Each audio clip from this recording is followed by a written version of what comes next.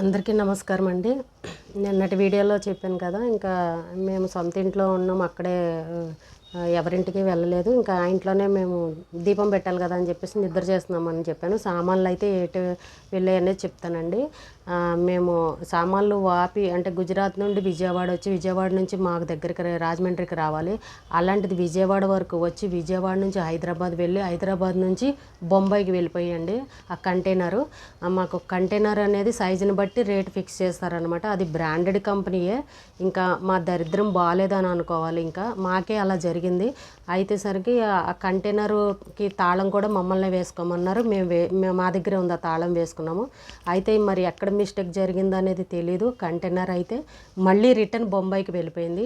వెళ్ళిపోతే ఇంకా 12వ తారీఖు గృహప్రవేశం అయింది. 13వ తారీఖు నుంచి ఇంకా అది ఎక్కడుందని ఇంకా వాళ్ళకి వీళ్ళకి మెయిల్స్ పెట్టి హెడ్ ఆఫీస్కి ఫోనులు చేసి, అలాగ అందరికీ ఫోనులు చేసి ఆఫీస్ వాళ్ళతో మాట్లాడి చేసేసరికి లాస్ట్కి బొంబాయికి వచ్చిందని చెప్పేసి చెప్పడం జరిగింది. సరే, మాకు రిటర్న్ పంపించండి, ఎప్పుడు పంపిస్తారని అడిగితే మీకు 3 డేస్లో పంపించేస్తామండి, మిస్టేక్ జరిగిందని చెప్పి సారీ అని చెప్పారు. ఇంకా సరే, ఇంకా వాళ్ళు అన్నప్పుడు ఇంకా మనం ఎందుకులే, ఇంకేం అనలేము కదా అని చెప్పేసి మా సామాన్లు మాకు సేఫ్గా ఉన్నాయి అని చెప్పేసి అనుకున్నాము. అయిన తర్వాత 23వ తారీఖు సాయంత్రానికి మాకు ఇంటికి రాజమండ్రికి సామాన్లు వచ్చాయండి. అది చాలా ఇబ్బందులు పడుకుంటూ లేటు 23వ తారీఖుకి వచ్చాయి. మాకు 5వ తారీఖున పంపిస్తే 23వ తారీఖున వచ్చాయి. సరే అని చెప్పేసి ఎలా అయితే తెచ్చి చీకటి పడింది ఆ రోజు ఇంట్లో పెట్టేశారు. ఎలాగైతే ఇంకా ఆ రోజైతే నేను ఏమీ ఓపెన్ చేయలేదు. ముందు బండి ఓపెన్ చేసి, ఇంకా మాకు ఆ రోజున ఆకలేసింది తినడానికి, ఇంకా అప్పటికి ఏం లేదు కదా అని చెప్పేసి బొమ్మూరు దాకా వెళ్ళి అక్కడ టిఫిన్ తినేసి అన్నీ అప్పుడు ఇంటికి వచ్చామన్నమాట. కొబ్బరి బండలు అయితే ఆకుని మేము ఇంటికి వచ్చాము ఆ రోజు నైటు, 23వ తారీఖు నైటు.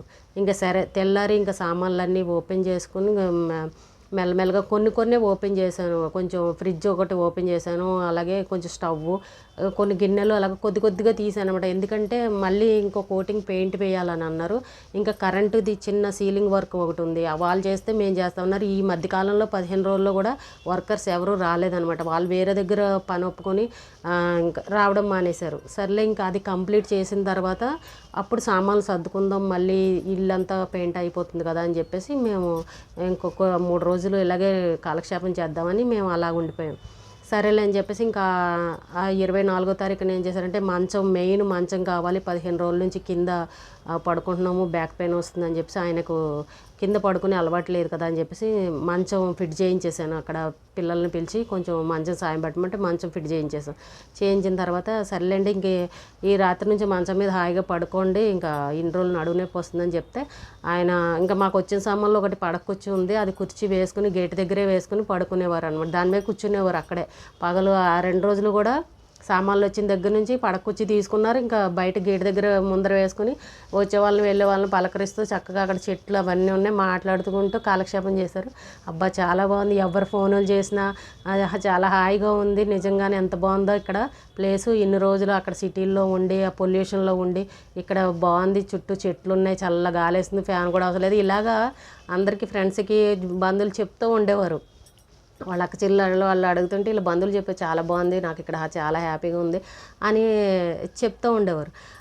అయితే అలా జరిగిన తర్వాత నేను ఇంకా నైట్ అయిపోయిన తర్వాత ఇంకా రండి లోపలే పడుకుందాంలే, మంచం ఫిట్ చేసేసాం కదా, ఇంకా లోపల పడుకోండి అని చెప్తే వద్దు నాకు లోపల వద్దు, బయటనే హాయిగా ఉంది, బయటే బాగుంది, నేను ఇక్కడే పడుకుంటానంటే ఆ పడకుర్చీలో ఎంతసేపు అని పడుకుంటారని అన్న. అయినా కూడా ఆయన వినకుండా అలాగా పడకుర్చీలోనే పడుకుంటా అంటే సరే, టేబుల్ ఫ్యాన్ తీసుకెళ్ళి ఫ్యాన్ పెట్టాను, పడుకున్నారు. అక్కడ గుడి దగ్గర జాతర అది జరుగుతూ ఉంది, ఇంకా ఎవరో ఒకరు తిరుగుతున్నారు, కాలక్షేపం అయిపోతుంది. సరే, నేను లోపల పడుకున్నా.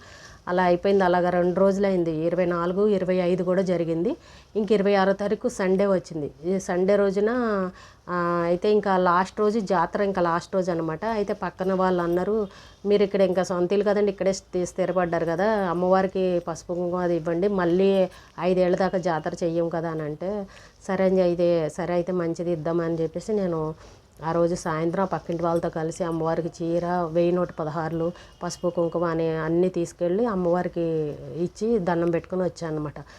వచ్చాను 4:30 అయింది సాయంత్రము. వెళ్ళి వచ్చిన తర్వాత మేము టీ పెట్టమన్నారు, టీ పెట్టాను, తాగారు. ఇంకా అలా ఒక గంట సేపు కబుర్లు చెప్పుకుంటూ అవి కూర్చున్నాము.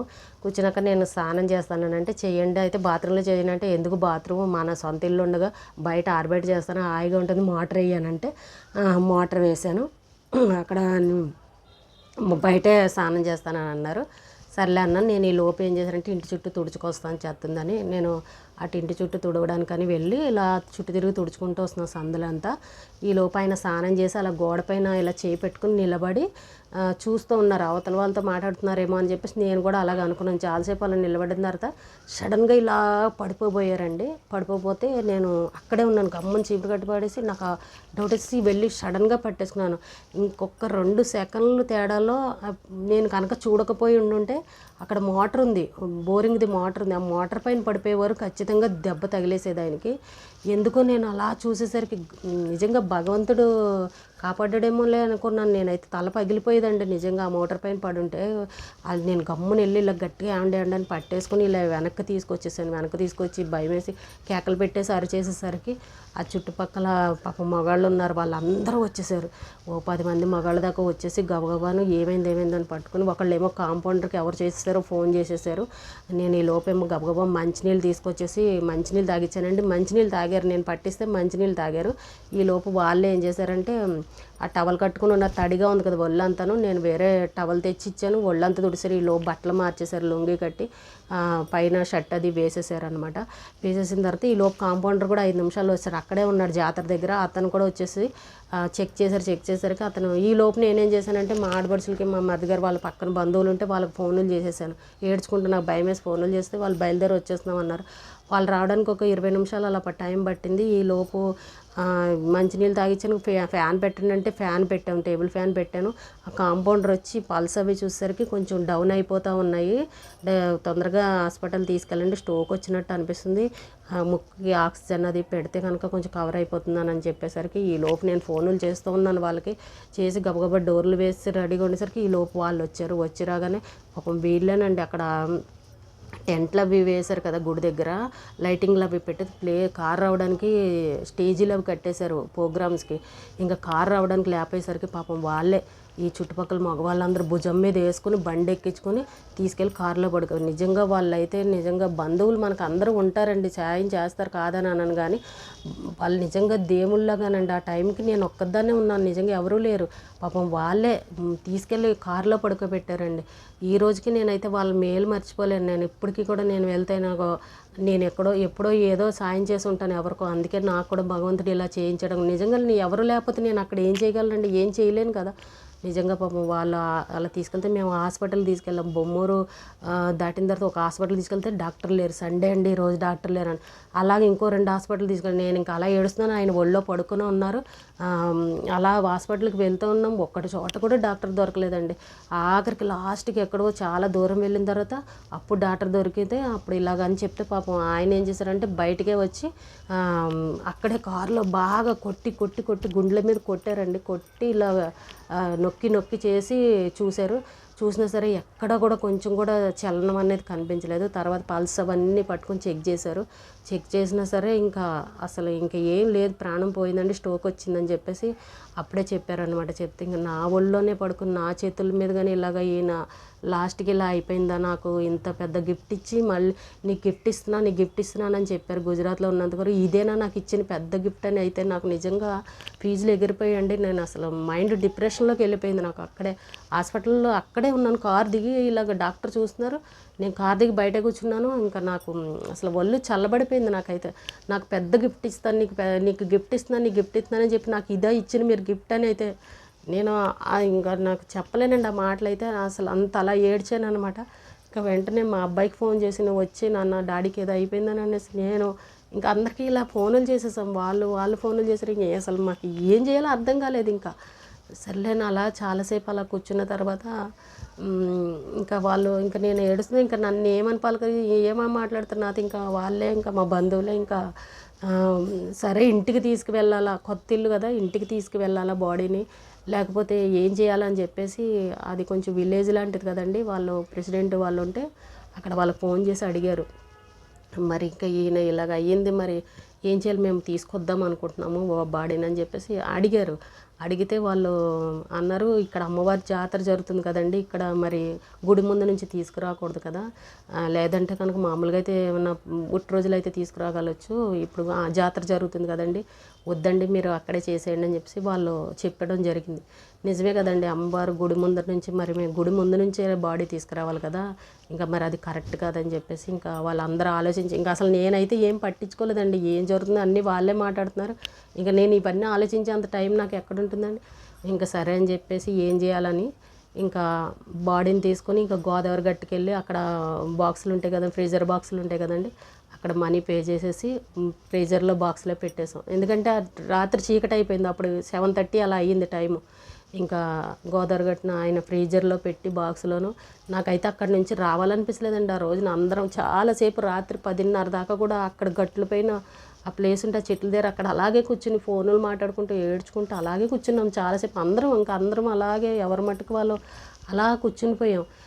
ఇంకా ఇంకా నైట్ అయిపోయింది, అందరు రావాలి కదా అని చెప్పేసి ఇంకా ఫ్రీజర్లో పెట్టేసి ఇంకా మళ్ళీ మేము ఇంటికి ఎలా వెళ్తాం, ఇంకా ఇంటికి అందరూ తలో దగ్గర ఉన్నారు, మరి అందరూ కలిసి ఉండాలి కదా, నన్ను వదిలేసి ఎక్కడికి వెళ్ళిపోతారు మరి అని చెప్పేసి అక్కడ మళ్ళీ సత్రవోలి రూములు ఉంటే సత్రవ రూములు అలాగ 2 రూములు తీసుకున్నారనమాట. తెలిసిన వాళ్ళు ఎవరో మొత్తానికి రూములు తీసుకుని ప్రస్తుతానికైతే ఆ రూములకి వెళ్ళిపోయి ఉన్నాం అనమాట. ఆ నైట్ అక్కడే ఉన్నాము. తెల్లారి పొద్దున్నే 6 గంటలకల్లా మా అబ్బాయి వచ్చేసాడు. ఇంకా మిగిలిన బంధువులందరూ ఒక్కొక్కరు మెల్లగా 8, 9 అయ్యేసరికి అందరూ ఒక్కొక్కరు వచ్చారనమాట.